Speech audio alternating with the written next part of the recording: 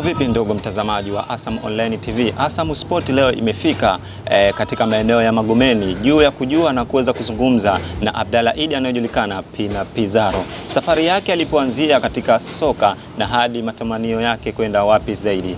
Naam, habari yako? Safi tu. Mambo vipi? Alhamdulillah. Uko poa? Niko poa. Naona kama siku leo unyonge, nini shida? Hamna, asubuhi tena hii mwanangu. Naam. Wengi wanasikia tu lakini hawajapata ile taswira ya Pina Pizarro ni nani haswa. Unawaambia nini?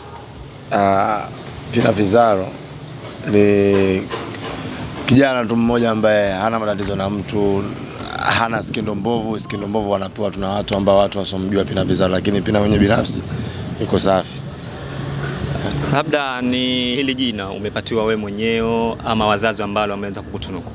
Okay. Hili jina la Pina ile alinipa kuna ndugu yangu mmoja anakaa Mikunguni. Nipo tangu mdogo hivi. Mtu alinipa hili jina la Pina. Maana ilikuwa Steven Pina, lakini sasa kila likikuwa watu wakale Steven Pina alipiga Pina Pizarro. Tunaona wachezaji wengi wa Zanzibar wanaonesha viwango vyao, lakini kuna kitu cha tofauti ambacho wewe umeenda kukionyesha kwa upande wao, kuchora tatu. Hii ina maana gani? Tatu ni kama urembo na sio peke yangu.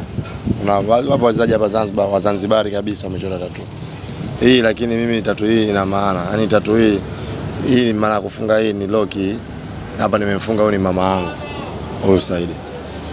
Kwa hiyo hii ina maana, yani kwa upande wangu mimi, yani mama yangu, baba yangu huyu, ndio kila kitu. Ndio. Huko nyuma ambapo safari yako imeenda kukuanzia, wengi walianza kukuona ukienda kuitumikia Mlandege, lakini wengine wanakuja kukuona upo Pamba Jiji, na wengine mpaka sasa wanakushuhudia upo kwa upande wa Mwembe Makumbi City. Huduma yako inaendelea kutumika? Mimi nilianza kupitia, sisemi kwa sababu academy ninaachana nazo. Yaani kwanza kucheza mpira wa kujulikana. Nilianza kucheza Gulioni. Ndio watu wakaanza kunijua. Sasa nikacheza kutoka Gulioni nikaenda Jangombe Boys. Nikacheza na Premier, ilikuwa 2016 nakumbuka. Baada ya kutoka Jangombe Boys nikakaa kama mwaka mmoja hivi, nikadelay. Matatizo kidogo ya hapa na pale, nikachana kidogo na mambo ya mipira, lakini baadaye nikarudi tena kwa speed, nikaenda nikaenda Yanga B pale, nikaona sielewi, nikaondoka zangu kurudi Zanzibar. Zanzibar nikapigiwa simu rudi na wapi? Polisi Tanzania. Nikaenda Polisi Tanzania, nikasaini, nikacheza Polisi Tanzania, ilikuwa ya Moshi. Pale nimecheza kidogo, nikaondoka kurudi zangu huku, nikasaini Kipanga 2021 na hisi nilisajili Kipanga nimecheza, tumechukua ubingwa, nimeenda Tunisia. Kurudi Tunisia nikarudi zangu hapa, nikaenda Kongo nikacheza kidogo, sijakaa sana, nimerudi zangu huko Zanzibar nikacheza Kundemba, nikaondoka nikaenda Mlandege ndio hivyo, nimecheza na Mlandege, nimefanya vizuri, nimeondoka nimeenda bara. Kwa hiyo kila kitu kiko hivyo, yani kwamba nimetoka huku mpaka nimemalizia Mlandege kwa Zanzibar, nimeondokea bara. Sasa nimecheza kidogo ila sijapata kupata nafasi, niliumia. Kwa katika mapumziko yangu niliopewa, nikaomba wanisaidie nirudi zangu Zanzibar kidogo nyumbani nipumzike, ili nimejiunga na timu nifanye kazi na timu yenyewe ni Mwembe Makumbi. Ikiwa Pamba Jiji uliondoka kwa matibabu kuja kufanyika Zanzibar na walimu wamekukubalia, labda hii hatua ambayo uliokuja hapa Mwembe Makumbi alikupokea kwa namna gani? Mimi nilipotoka kule nilikuwa naumwa kweli, nikawa nipo dawa, sababu dawa mimi kwangu. Nikaa dawa kidogo, nimepona pale, nika fresh, nikaanza kufanya mazoezi madogo. Na sasa kidogo nimekaa strong. Lakini tayari pale kule kwenye system ya round ile pale ya pili, mimi kule Pamba nitakuwa simo. Kosa nikaona kukaa hivi juu, yani nikae juu nisubiri round inayokuja mwezi wa 6, itakuwa sio kweli. Nikaona mimi moja kwa moja niwaombe viongozi wangu, kwa sababu sija kuletea matata wala sija kuletea tatizo. Nikaomba viongozi wangu, nikamwambia nataka mnipeleke sehemu fulani nikapumzikie, ili nifanye mazoezi, ni recover, nicheze game, pate fitness game, ili nikirudi hapa niwe fresh. Kwa hiyo wakakubali, na viongozi wa Mwembe Makumbi nao walikuwa wanahitaji mtu kama mimi. Kwa bahati nzuri nimekuja nikafanya kazi na wakanisajili vizuri, wamefurahi wenyewe walivyonisajili kama hivyo, na wamenipokea vizuri kama familia. Uchezaji wa ligi ya Zanzibar ambapo ulipokwenda kuondoka na hivi sasa umepata nafasi kuendelea Mwembe Makumbi City, utofauti ulikuwa wapi zaidi? Utofauti ulikuwa ni mkubwa sana. Zamani nilipoondoka mimi, sio zamani, juzi kati. Nilipoondoka mimi msimu ule pale, ligi ilikuwa ina ushindani mkubwa ambao ilikuwa timu ya vikosi na timu za uraiani zinapambana pale kutaka kuchukua ubingwa. Sasa hivi lakini naona kidogo ushindani umepungua. Sasa sijajua nini ambacho kipo hapa kati ya hizi timu zetu ama labda ligi ya kwetu sijajua, lakini mwanzo kipindi msimu uliokuwepo mimi ule nilikuwa naona kuna ushindani kwa sababu nilikuwa nacheza naona hadi mechi ngumu. Lakini sasa hivi naona hivyo. Sijui tatizo liko wapi kwa upande wa ligi ya kwetu ya Zanzibar. Labda ikiwa changamoto ambazo umekwenda kuzipata kama wewe ni mchezaji, ukiachana na majeraha, ni ipi hasa ambayo unakwenda kuikumbuka zaidi? Changamoto nilioipata ni kubwa ambayo wazee wangu ndugu zangu walijua mimi nimepata pesa nyingi sana. Hicho mpaka leo mimi kinaniharibu kisaikolojia, mpaka sometimes na kukata tamaa kuacha tena kucheza na mpira kwa sababu nimesajiliwa timu imetoa hela lakini mimi sijapata hela hadi sasa hivi. Lakini timu ile nisajili imetoa pesa nyingi tu, lakini mimi sijapata hela mpaka sasa hivi. Kwa hiyo inaniharibu, yani naona changamoto zote mimi sijaona kuliko hiyo ambayo iliyokuepo hapa. Ndugu zangu wazee wangu wanajua mimi nimepata hela afu sitaki kwa kusaidia. Hicho ndio kikubwa ambacho kinachoniumiza mpaka sasa hivi. Naumiza kichwa ili niwaaminishe watu nifanye nini, kwa sababu mimi nimesajiliwa kweli timu kubwa na imetoa pesa nzuri, lakini mimi sitapata hela. Lakini sasa watu hawajui nyuma ya pazia kuna nini. Huo ndio ukweli. Labda hiyo ilikuwa inakuathiri vipi kipindi ambacho unaendelea kuitumikia Pamba Jiji? Kidogo sasa hivi afadhali, kwa sababu kama wale viongozi wangu wa Pamba Jiji walielewa kama huyu kijana sisi tulimsajili lakini ile pesa kwake hajaipata. Kwa hiyo wale kidogo wale kama viongozi wangu akiwepo Saidi Mtanda, mkuu wa mkoa wa Mwanza, yule nikimpigia simu ananisaidia maili matatu ananitumia. Alhamdulillah, namshukuru Mungu. Ikiwa kama wewe ni mchezaji, matokeo umekwenda kuyapata, muamuzi hakwenda kufanya vizuri katika ule mchezo, kama wewe unayapokeaje hapo? Kwa hatua tuliofikia sasa hivi natakuwa ukiacha kukua kimpira na kiakili pia natakuwa, kwa sababu kama maamuzi ameamua kufanya kitu fulani, maamuzi yake na penga ndio inatoa maamuzi. Yani akipuliza ile penga maana yake kashafanya maamuzi yake. Kama akifanya maamuzi aliyokuwa sio sahihi, utamfuata, utamwambia kistaarabu. Ukiona na shauti sana wakahamaki naye, ondoka, epuka kadi, usigombane naye. Ukisema unamface uvuruge yeye, unamfanyia vuruga Asia, pale unapangwa mpaka CV yako. Wewe ni mchezaji ambao hatua yako mshambuliaji unaendelea kuicheza, labda kuna mchezaji gani ambaye kukutana naye na timu fulani anaendelea kukuumiza zaidi? Michael ya KVZ. Striker hatari sana yule jamaa. Yule jamaa hatari sana Michael. Sio poa. Yaani yule mimi hata nikicheza mechi tu za timu mbili tofauti, yaani nikimwona yule mabeki wangu napata hasara, na yaani yule mtu mbaya. Yule mtu hatari, mkabeni hivi anafundisha wale mabeki. Yaani mimi striker kinafundisha mabeki jinsi ya kumkabili jamaa. Kwa sababu jamaa ana kila kitu, ana speed, ana shoot power, ana nguvu. Kwa kila kitu anafunga. Yaani kila kitu kapewa kwa Mungu sio. Michael ndo namba 1 mimi Zanzibar. Bara na role model. Alafu wezi kuamini mimi mpira nje siangalii.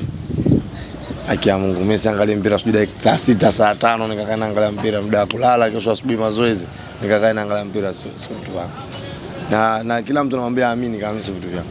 Wananiambia unaona wapi vitu unavyofanya wewe, unaviona wapi uwanjani? Unaviona sehemu gani vile vitu unavyofanya wewe? Lakini kitu hichi kipo kwenye damu, kwa sababu baba kacheza mpira, mamangu kacheza mpira. Kwa hiyo yani kitu kipo tu kama Mungu katupa. Mpira Ulaya, yani kwamba sijui mpira saa 5 saa 6 no. Ila sometime mechi ya fulani jana amefunga magoli fulani. Mimi si striker. Kwa hiyo mimi kazi yangu kukaa, naweza nikafungua simu nikaangalia highlights. Kamchukua mtu kaenda kafunga. Hapa kapiga bila kutarajia, kipa hajashtuka. Yani kipa yupo nje, jamaa kapiga hivyo goli. Ndio zile naziangalia, lakini sija kukaa nikaangalia mpira wa Ulaya dakika 90. Sijawahi. Siwezi. Kwa sababu mimi napenda sana kulala mapema. Zanzibar sijaona beki anaweza kunishughulisha bado. Hakuna. Kwa sababu mimi nikisema mabeki wote mimi nimewafunga. Kama sijafunga huku, kama sijafunga KM, kasajiliwa Fire, nimefunga Fire. Lakini mabeki wote Zanzibar mimi nimewafunga. Hakuna beki alikuwa sijamfunga. Na beki ninayemuonea sana Carlos. Kipa ananipa shida, chafu, sijui kama rafiki yangu au vipi. Hadi penalty ananishughulisha chafu. mbaya, huku mbaya, huku mbaya, huku mbaya. Kwa hiyo sijui wapi nipajue udhaifu wake. Chafu ndo kidogo ananishughulisha hasa kwenye tukifika sekta za penalti. Wapo baadhi ya wachezaji ambao walikuwepo Zanzibar wakaenda bara, kufika bara na wao hawajakaa sana kwa sababu ya nidhamu yao, wameachwa matimu, wamerudishwa makwao, wamekuja tena kuanza tena huku upya. Kama yule alorudishwa, tuseme karudishwa na kwa ajili ya nidhamu, akirudi hapa anatakiwa ajichunge, arudi tena vizuri kule, awe na adabu zake, kwa sababu mpira mchezo wa wazi. Alafu mpira una watu wengi ambao wanajua fitna, wanajua kuongea uongo, umeona. Kwa hiyo wanaweza kuongea chochote cha uongo huko, ili mradi wewe fanye nini, mambo yako asiende, kwa sababu ulimkera yeye, yule alinikera mimi wakati nimemsajili kwenye timu yangu. Kwa hiyo acha hapa mimi sasa nimwambie yule pale hafai, na yule kule namwambia yule kule naye hafai. Kwa hiyo mpira wako unafanya nini, unaharibika. Kwa hiyo hawa ambao wanaotoka huko Zanzibar wanaokuja bara, wanatakiwa wakifika kule wawe wana nidhamu. Alafu bora mara 100 ukae wewe hujui kitu, usifanye wewe kama kila kitu unajua. Jifanye wewe hujui kitu, hata kama unajua jifanye hujui kitu, ndio utaweza kuishi sehemu za watu. Sitamani tena kurudi timu ambayo niliotoka hapo, sijaona mafanikio. Ikicheza mechi Yanga na Simba, nyinyi mnaanza kuplay under 20, mnaanza kucheza nyinyi kufungua ule uwanja, umati watu juu, kuna watu zaidi ya 3,000, 50,000 juu, umati wengi. Sasa kama kiwanja cha kwetu hapa, tukiweza mechi za kwetu sisi, hawezi kufika watu 50,000. Kwa hiyo ule zogo la watu mimi litaingia huku, litatokea huku. Mimi kija vitu nafanya vitu vyangu, atapigwa makofi wao, wanapiga zogo, baadaye wanapiga makofi wao. Kwa hiyo mimi hawezi kunishughulisha zogo lao. Mimi sijakaa mechi 3 mfululizo nje, yani ukaa kwenye benchi labda ndio inaumwa. Lakini kama itatokea kitu kama hicho, kama mechi ya kwanza na mechi ya pili, basi nitajitahidi mechi ya 3 mimi nicheze. Kwa nini? Nitajua hii mechi ya kwanza labda kuna sehemu fulani sijakaa sawa, mechi fulani labda sijafanya hivi mazoezi.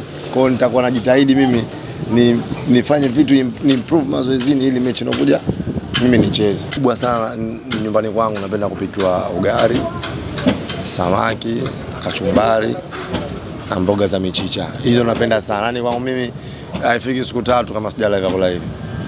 Na hapa nina mpango wa kuviacha mapiza, baga, zinaniharibu sana, natoka kitambo. Hiyo mimi natamani na itafika tu, kuna wakati. Natamani na itafika kuna wakati watu wengi watakuja wakisikia jina napenda sema mtu huyo katajwa, leo mtu fulani yupo. Natamani. Nachokitamani mimi hapa hata Tanzania bara pia nifikie pale nilipofikia huko. Yaani kama nafunga magoli hata kama sijafikisha kule, lakini unafunga japo magoli mengi na mimi kidogo watu ongea. Labda unawaambia nini kwa wale ambao wanatamani kucheza hususan kwa nafasi ya ushambuliaji, ikiwa ni vijana wanaendelea kuchipukia Zanzibar? Siri ya mpira ni mazoezi. Ukiwa unafanya mazoezi kwa wakati, unamsikiza mwalimu wako anachotaka, unasikiza unachofanya, na wewe pia unatoka pembeni unaenda kufanya nini? Kufanya kazi nyingine, yani mazoezi binafsi unaenda kufanya. Basi ukiwa na lengo fulani, mimi nataka niwe fulani, nataka nifike kama fulani, utafika kwa zake Mungu, na Mungu pia ukimweka mbele. Neno lako la mwisho ambalo unataka kuambia zaidi? Ninachotaka kuambia zaidi wasikate tamaa, kama ndugu zetu mashabiki, ndugu zangu wasikate tamaa. Na kwa upande wangu mimi pia watarajie pia watanikuta tena kwenye game bado hapa. Kama nimetokea mistake, nimeumia, wanaongea sivyo ndivyo, waelewe kwamba mimi tayari nimesharudi mzima. Baadaye watafurahi, wataona matunda yangu. Na mtazamaji wa Asam Online TV, natamani umeweza kuelewa kwa undani zaidi juu ya safari ya Abdallah Idi ambaye anajulikana Pina Pizarro ilipoanzia na hadi hivi sasa, ikiwa mchango wake unakwenda kutumika katika kiklabu cha Mwembe Makumbi City. Ulikuwa nami mtangazaji wako Makame, lakini nyuma kamera ni Ali Haji.